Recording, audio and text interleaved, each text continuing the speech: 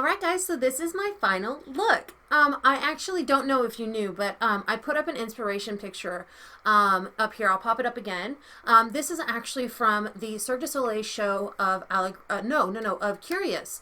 And I saw the maestro, I can't remember his name from the life of me, but I saw his character and I was just like, I love the steampunk aspect of it. I love the rivets and that sort of thing.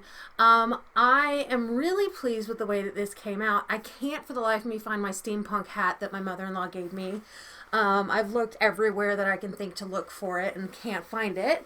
So I've misplaced it somewhere. But I'm hopeful that it's still in this house at some point somewhere. But so yeah, so this is the final look. I'm really pleased with this. There were a couple spots that I've messed up on, but of course I'm being hypercritical of myself. This is something that takes these people, in the circus, weeks and weeks to master, and I managed to do it, and I did it in less time than I thought it was going to take. So I'm super happy with this look. This is another Halloween look.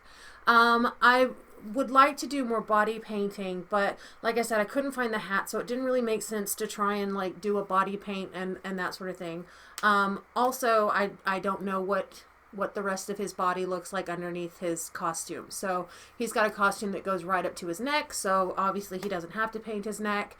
But anyway, I'm just rambling at this point. If you guys like this video, please give it a thumbs up.